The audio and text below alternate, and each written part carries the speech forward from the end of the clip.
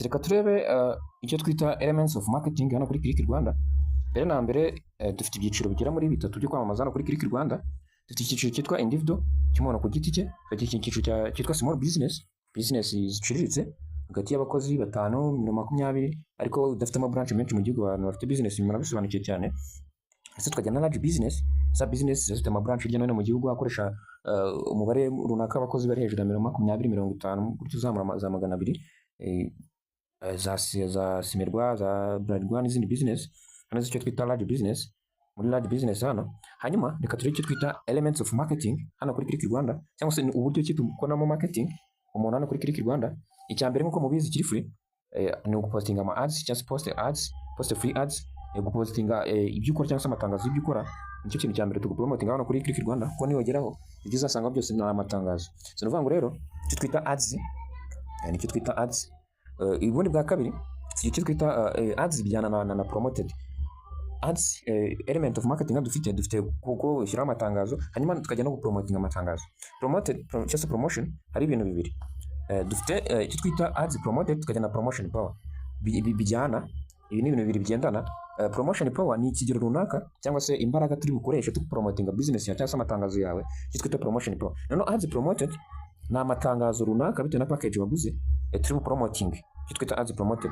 Noneho tukajya n'icyo twita address and contact visibility, bivuga ngo address zawe cyangwa contact zawe kuba bigaragara kuri buri muntu wese, nicyo twita address and contact visibility. Kuko iyo uje hano kuri website, ngira ngo hano ubibona address y'Gatsibo, nimero ya telefone ni iyi ngiyi. Ibi nicyo twita address and contact visibility. Hano buri wese ababyemerewe, nicyo twita elements, ni zimwe muri elements of marketing hano. Hanyuma tukagira n'icyo twita personal support manager. Ni uburyo bwo gufata ads zawe nimba wakoze mu ikosa wibagiye gushyira ibiciro runaka, tukabiguhindurira ama ads yawe tukahighlightinga, tukayakorera ibintu bya promotion. Urugero nk'ahangaha muri promotion power, urabona dufite urugero rw'amatangazo za hano nko kuri website. Urasanga amatangazo, aya matangazo yose ubona muri today deals, aya ngari highlighted, igabanuka rya 20%, aya n'amatangazo ari promoted. Andi matangazo nazo uzasanga ari promoted, uzajya usanga ngiri uyu nguyu yaguze package ya VVIP. Nabonye itangazo ry'ukuntu rimeze, yanditse ko ari muri VVIP.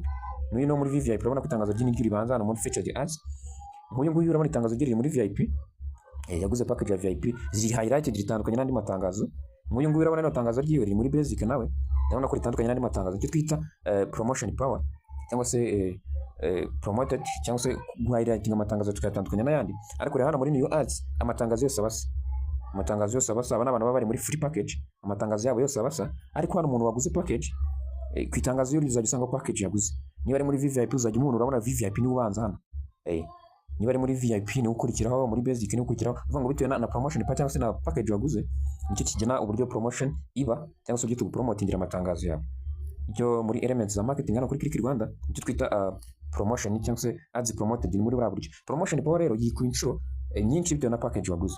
None tukajya n'ikintu twita agency promotion. Agency promotion ni bwa buryo urabona hano dufite aba agents, dufite icyo twita buto ya become an agent hano.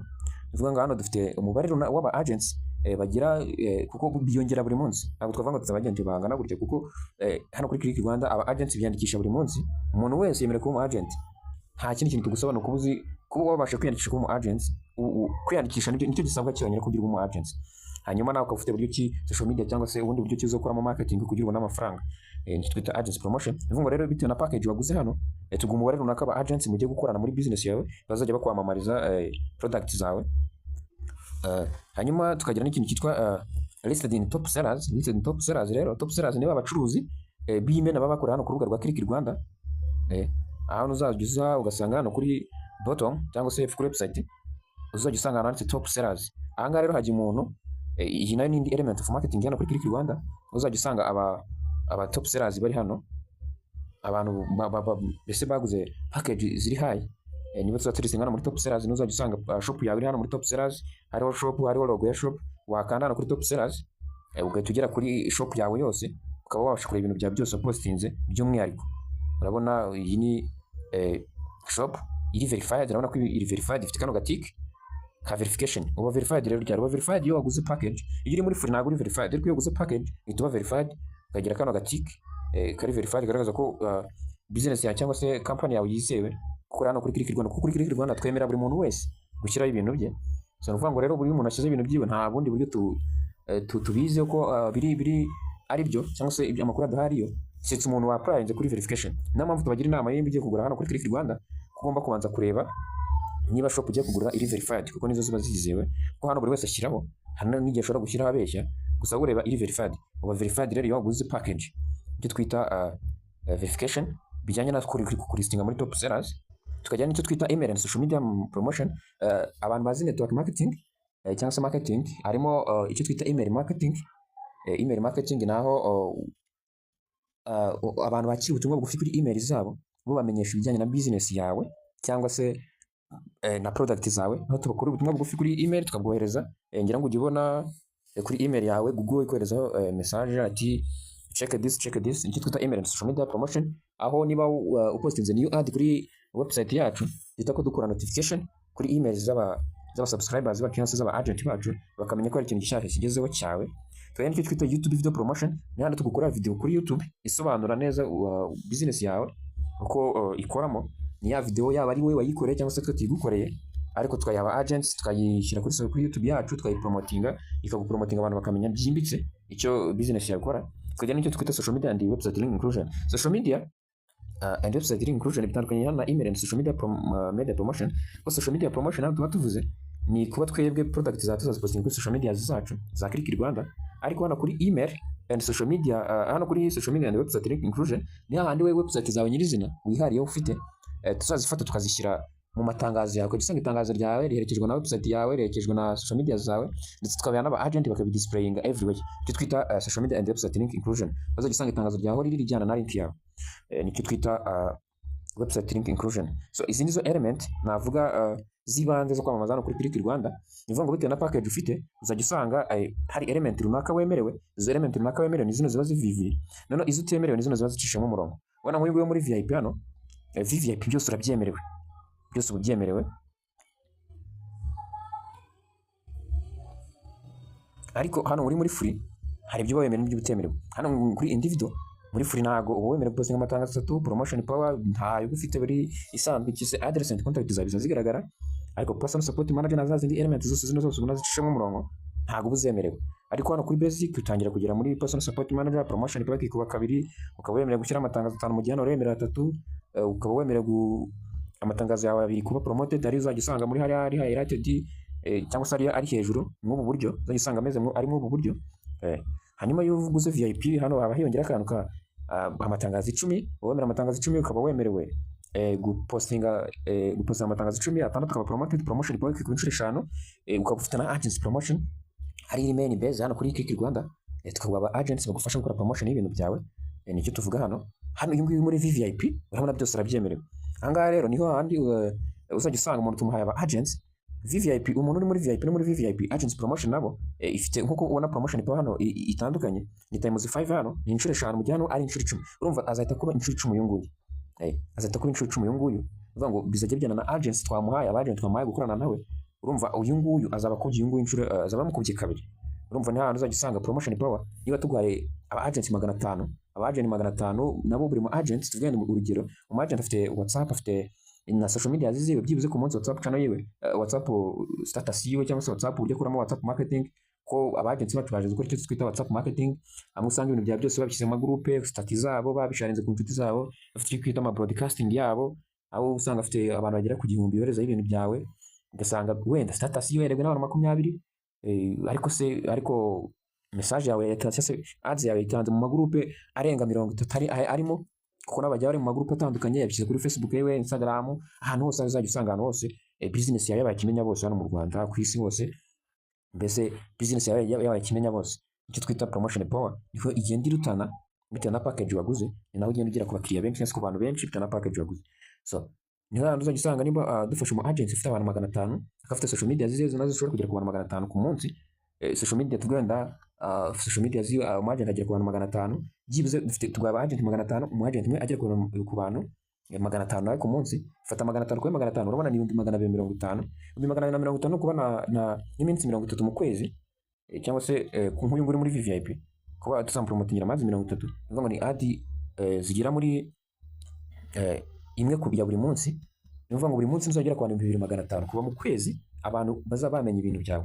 Igisanga ni miliyoni 7,500 mu gihugu, hafi kimwe cya kabiri cy'igihugu cyose bazaba bamenye business yawe. So ibi ni bimwe mu byiza byo gukorana na Click Rwanda, abantu bamenya business yawe. None uburyo bayimenyamo sibyo nka kwa kundi kuri radio, urumva kuri radio baravuga gusa, ariko noneho hano product yawe bayireba, nivuga niba ari itangazo ryawe araguhereza, niba yiguhaye kuri social media, niba yiguhaye kuri WhatsApp, rya tangazo urarireba usobanukirwe neza, wabaza ikibazo se hano nabibona gute, kuko dufata urugero nko kuri radio itangazo barishyiraho, ariko niba uryumvise niba utaryumvise shuri rahise.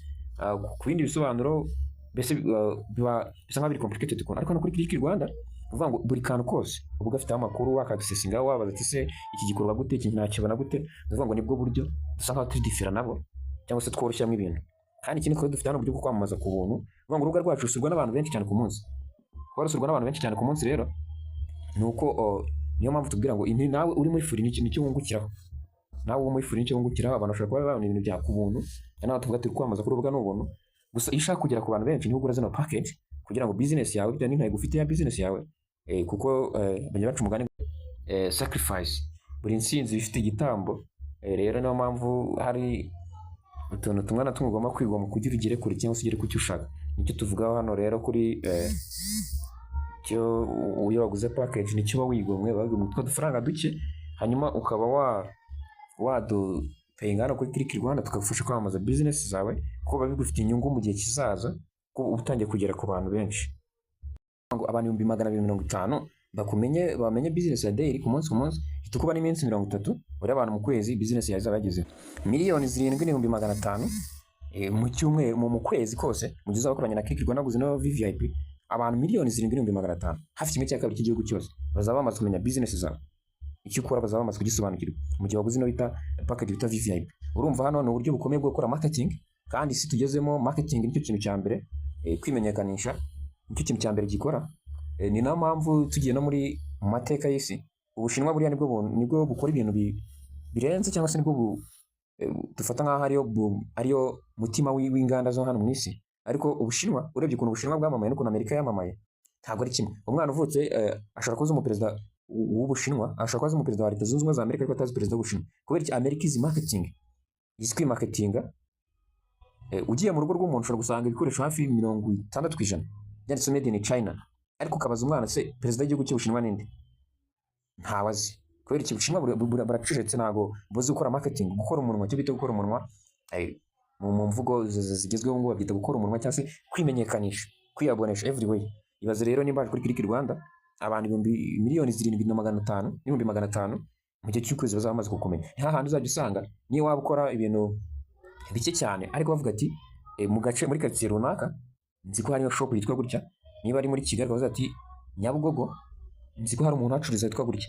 Niyo waba ugicuruza bitari hayi, ariko umuntu wese uzi abazi ngo nje kwa nicyo twita promotion power, cyangwa se marketing, nicyo twita gukora marketing ya promotion power, cya kizere mbugatse mu bantu, rya zina bafasha mu bantu.